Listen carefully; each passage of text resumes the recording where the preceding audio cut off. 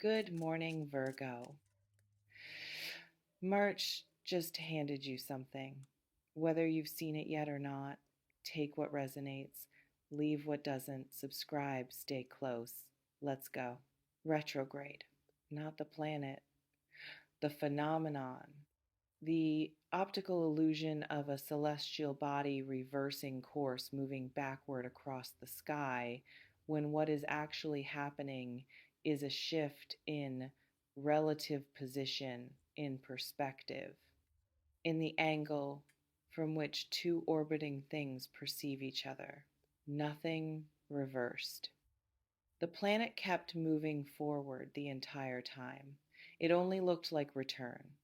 It only appeared to retrace its path because something changed in the vantage point, because the observer's position shifted enough to make forward motion appear, briefly, as backward motion. Someone from your past is moving toward you right now, and it looks from the outside like return, like retracing, like a person reversing course on a decision that seemed final. But that is the optical illusion. What is actually happening is a shift in orbital position. Two trajectories that diverged have curved slowly over the months, over the accumulation of whatever each of you has moved through separately back toward intersection. Not because either of you reversed, because the geometry changed. Here is what does to dormant orbits. It accelerates them. There is a phenomenon in orbital mechanics called gravitational assist, when a spacecraft uses the gravity of a planet to sling itself forward to gain velocity it could not have generated through its own propulsion alone. The craft approaches, the gravity catches it, and instead of being pulled in, the craft is whipped forward faster, further, in a direction that its own engines could not have achieved. For this person, for whatever has been building in them across the cold months, the slow, elliptical drift of their attention back toward you, the gradual curve of their orbit closing is the gravitational body that catches that drift and converts it into velocity. What was moving slowly is now moving fast.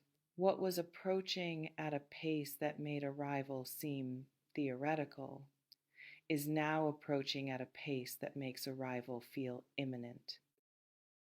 The spacecraft has entered the gravity well. It is not reversing, it is accelerating. You had a life with this person once. Call it what it was, not what it became at the end, not through the filter of how it concluded, but what it actually was in its own time. A whole thing, a living thing, something that had its own specific atmosphere, its own climate, its own interior weather that no subsequent relationship has quite replicated, not because what came after was lesser, but because this particular combination of two people produced a specific set of conditions that existed nowhere else in either of your lives before or since. That atmosphere did not disappear when the relationship ended. Atmospheres do not disappear. They disperse, they thin, they become difficult to detect at ordinary distances. But the chemical signature of them, the specific trace elements of a shared history, those persist. In memory, yes, but also in the body, in the way certain songs still carry a temperature, in the way a particular kind of light at a particular time of day can return you without warning to a version of yourself that existed only in the presence of that person. This person carries the atmosphere of what you were together, still intact in its essential components, even after everything that dispersed it. They have been breathing it for months. What broke them open not a dramatic event. Stop looking for the dramatic event. The things that finally move people are almost never dramatic. They are small. They are the accumulation of small. A song at the wrong moment, a street that shared a name, a Tuesday afternoon that had no reason to feel significant and felt inexplicably like standing in the ruins of something that should have been preserved. Something cracked the seal. And once the seal is cracked on something like this, on a feeling that was compressed and stored and managed with the considerable discipline of someone who made a decision and committed to living inside it, once the seal is cracked, the pressurized interior starts moving toward equilibrium with the outside air. Slowly at first, then less slowly.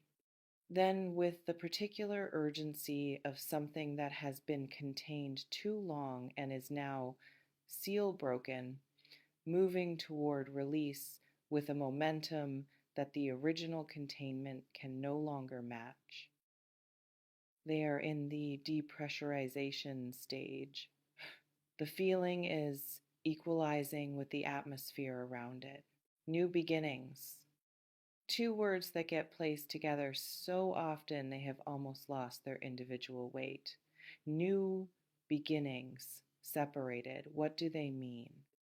New, not continuous with what came before, not the next chapter of the same story, but a different story that happens to feature some of the same people. A story in which those people have been changed by time, by distance, by everything that happened in the interval into versions of themselves that the original story did not contain. The newness is real, not cosmetic, not the same thing dressed in different vocabulary. Beginnings, plural, not one beginning, beginnings. The first contact, which is one beginning. The first honest conversation, which is another. The first moment when both people acknowledge simultaneously that what is happening between them is not nostalgia, not habit, not the gravitational pull of the familiar, but something that is actually alive and present tense and oriented toward forward rather than backward. Each one of those is its own beginning. And the plural matters because it means you do not have to be ready for all of them at once. You only have to be ready for the first one. The approach, the re entry into each other's atmosphere, the subsequent beginnings take care of themselves. A question with no clean answer. Why now? Uh, why this particular configuration of your lives and not an earlier one or a later one? Why the geometry shifted in this direction, at this velocity, in this season?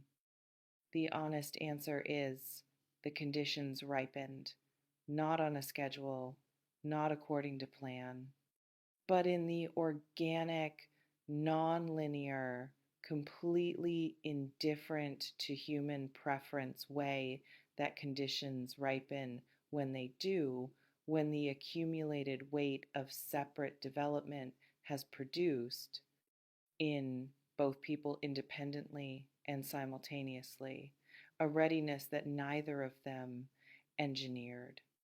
You have been becoming something. They have been becoming something.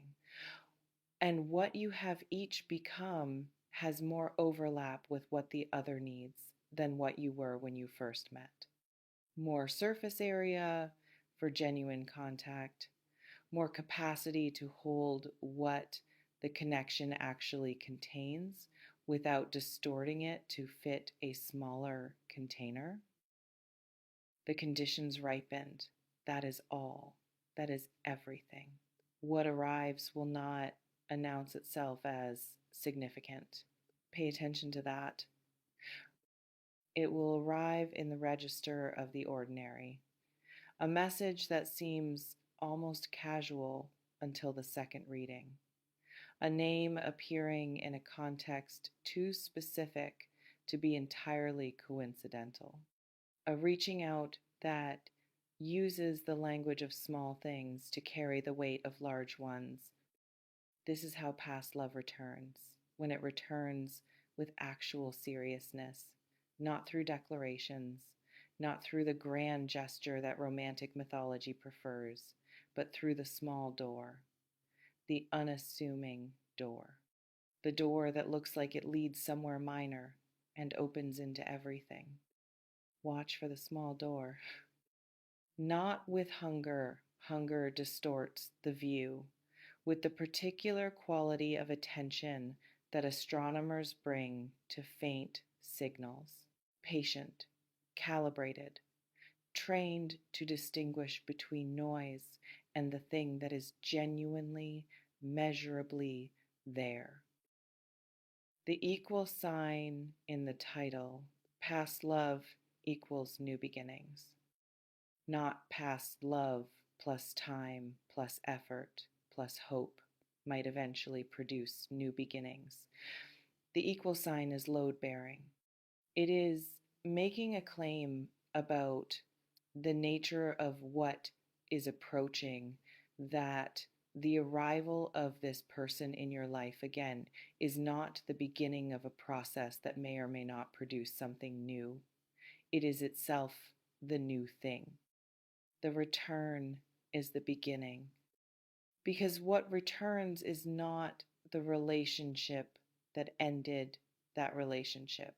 Does not return. It cannot. The people who inhabited it no longer exist in quite the same form. What returns is the connection, the essential, irreducible, specific to these two people quality of what exists when you are in each other's presence. That survived the ending. That persisted through the dispersal. That has been orbiting elliptically at distance outside the range of ordinary detection for the entire interval of your separation. That connection returning is a new beginning because the people receiving it are new. You are different. They are different. The same connection entering two different people produces a different experience, a richer one with more room in it, one that can hold what it actually contains without the original limitations that made the first version of this difficult to sustain. Write it down somewhere if you need to. Not as a prediction, as a marker, a way of noting that in this particular stretch of time, in this specific configuration of your life and theirs, something shifted in the orbital geometry. The spacecraft entered the gravity well. The seal cracked. The atmosphere began to equalize. And somewhere in the space between where you are and where they are, in the specific charged, increasingly narrow gap between two trajectories that have been curving toward each other across the months, a signal is traveling, faint, moving at the speed that real things move, which is not the speed of drama, but the speed of matter crossing actual distance. But moving toward you, and when it arrives, when the small door opens, when the apparently ordinary message lands with its extraordinary